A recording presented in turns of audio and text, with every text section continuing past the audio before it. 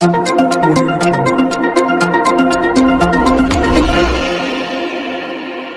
વર્ષ પહેલા રૂપિયા કમાવાની ઘેલછામાં વાહન ચોરી કરતા આરોપીને ચોરીની મોટરસાયકલ સાથે ઝડપી પાડતી સુરત શહેર ક્રાઇમ બ્રાન્ચ। સુરત શહેર પોલીસ કમિશનર અધિક પોલીસ કમિશનર ક્રાઇમ નાઓએ સુરત શહેરમાં શરીર અને મિલકત સંબંધી ગુનાઓ બનતા અટકાવવા બનેલ ગુનાઓ શોધી કાઢવા કરેલ સૂચના અનુસંધાને નાયબ police commissioner crime police inspector crime branch police station Surat શહેરના માર્ગદર્શન હેઠળ ચેઇન સ્નેચિંગ સ્કોડના પોલીસ સબ ઇન્સ્પેક્ટર તેમની ટીમના માણસો સાથે વર્કઆઉટમાં હતા। દરમિયાન મળેલ બાતમી હકીકતને આધારે કાપોદ્રા કારગિલ ચોક પાસે શિવનગરના ગેટ પાસેથી સત્યમ ઉર્ફે ભોલુ દિલીપભાઈ મેઘજીભાઈ ઘોરી ઉંમર 21 ધંધો બોર્ડ બેનર બનાવવાનું રહેવાસી 148 શિવનગર સોસાયટી કારગિલ ચોક પાસે કાપોદ્રા સુરત શહેર મૂળ રહેવાસી શુભાવડ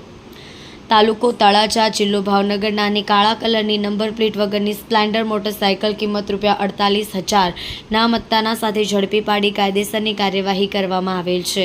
મજકૂરની પૂછપરછમાં આજથી 2 વર્ષ પહેલા મિત્ર દીપેશ ઉર્ફે ડીકે સાથે હીરાની મજૂરીનું કામ કરતો આવેલ, જેમાં સારા એવા રૂપિયાની ઉપજ ન થતાં પોતે તથા દીપેશ ઉર્ફે ડીકે નાઓએ ભેગા મળી રૂપિયા કમાવાની ખેલછામાં મોટરસાયકલની ચોરી કરી વેચાણ કરી રૂપિયા કમાવાનું તેમ નક્કી કરી મિત્ર દીપેશ ઉર્ફે ડીકેનો સરથાણા વિસ્તારમાંથી કોઈક જગ્યાએથી મોટરસાયકલની ચોરી કરી લઈ આવી પોતાને વેચાણ કરવા માટે આપી જતા તેની નંબર પ્લેટ કાઢી ગ્રાહકોની શોધખોળ કરતા કોઈ ગ્રાહક ન મળતા ચોરીની મોટરસાયકલ આજ દિન પોતે ઉપયોગ કરતો આવેલ હોવાની હકીકત જણાવતા પોકેટ કોપના માધ્યમથી વણ શોધાયેલ વાહન ચોરીના ગુનાનો ભેદ ઉકેલી કાઢવામાં આવ્યો છે।